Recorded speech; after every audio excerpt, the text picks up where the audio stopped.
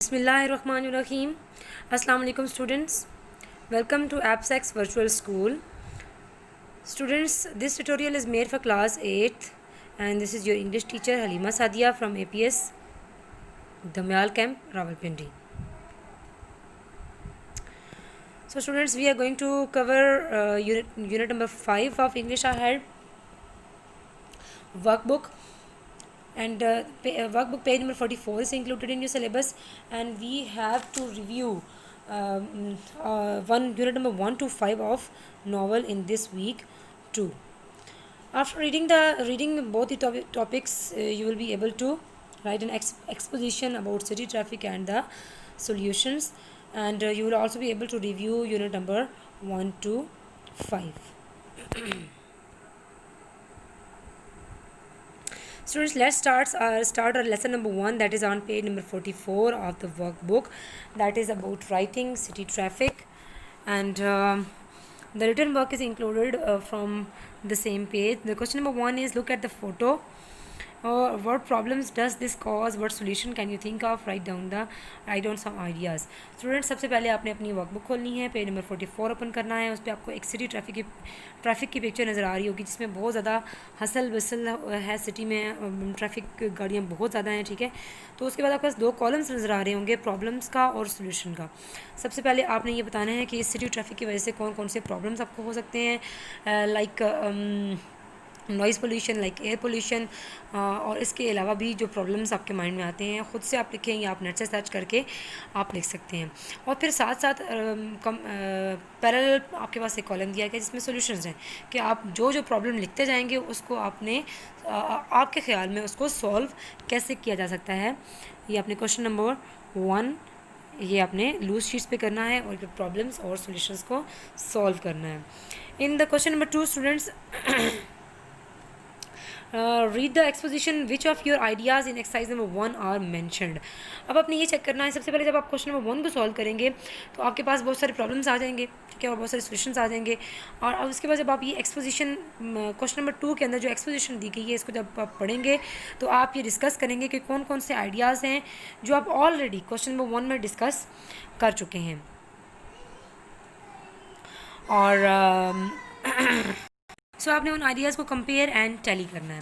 उसके बाद आपने क्या करना है कि इस एक्सपोजिशन के अंदर जो आपके पास डिफ़िकल्ट वर्ड्स आ रहे हैं उनके मीनिंग्स को आपने डिक्शनरी से सर्च करना है, और जो वर्ड बैंक आपने वोकैबुलरी बैंक अपनी कॉपीज़ के एंड पे या कहीं भी बनाया हुआ है उनमें उन डिफ़िकल्ट वर्ड्स को विद देयर मीनिंग्स ऐड करना है. Students, in the next slide we are following the same page of page number 44 and question number 3. Question number 3 is completed with words given in the question number 2 in the box. Question number 3 के अंदर students जो words दिए गए हैं paragraphs को complete करने के लिए, like addition, further more, my opinion, some people argue, the other hand, इन सारे वर्ड्स को यूज़ करते हुए आपने क्वेश्चन नंबर 2 की ब्लैंक्स को फिल करना है. Then comes the question number 4, that is you are going to write an exposition description on one of the following situations. Choose one of the situations below and think of advantages and disadvantages. Make notes on the loose sheets. Question number 4 के अंदर आपके पास कुछ situations दी गई हैं. आपने किसी एक situation को choose करना है और उसके अंदर exposition लिखनी है. जैसा कि question number 2 के मैं book के ऊपर आपके पास exposition लिखी गई है.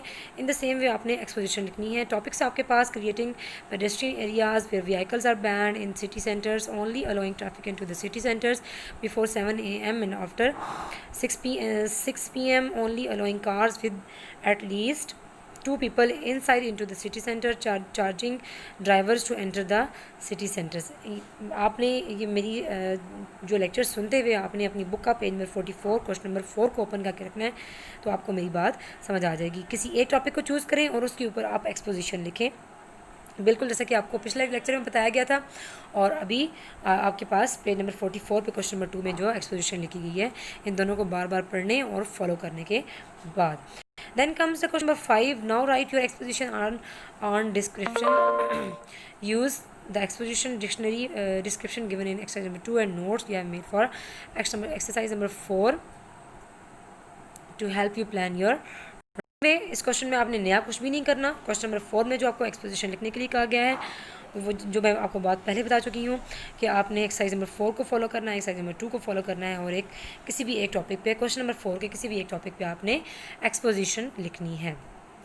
Students, next comes the novel. We have read unit number 1 to 5 of novel, and we have discussed many different events and many circumstances of the novel. So the written work of the novel is read the novel once again and answer the given questions. आपने पाँचों units को दोबारा से read out करना है, या आपने पाँचों यूनिट्स के जो लेक्चर्स हैं उनको प्रॉपर तरीके से सुनना है, और उसके बाद क्वेश्चन नंबर 2 जो आपका आता है वो रेफर टू चैप्टर नंबर 3 है. Captain Ahab lost his leg in a fit of raise.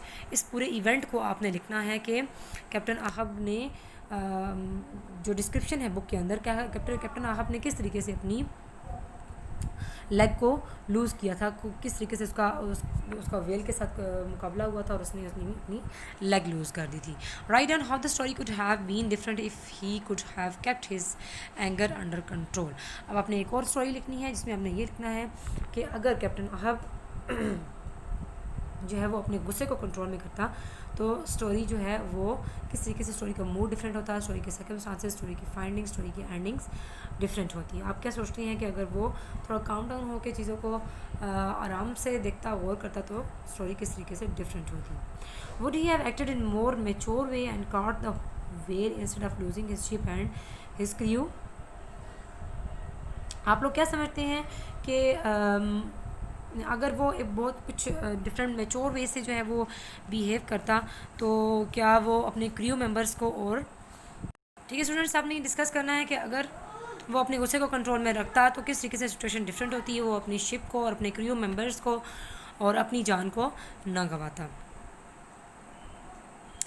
And the question number 4 is write short character sketch of Starbuck and Fedallah in 60 to 90 words. ये दो characters हैं, फेडला और Starbuck. आपने पूरे 5 unit आपको मैंने पढ़ाए हैं, आप लोगों ने पढ़े हैं. इनके बारे में, इन दोनों के बारे में आपने 60 to 90 वर्ड्स मतलब 5 to 6 लाइंस दोनों के बारे में आपने कैरेक्टर स्केचेस को ड्रॉ करना है. इनके बारे में आपने लूज शीट्स के ऊपर लिखना है. So students, this is all from my side for week number 13. Good luck and have a good weekend.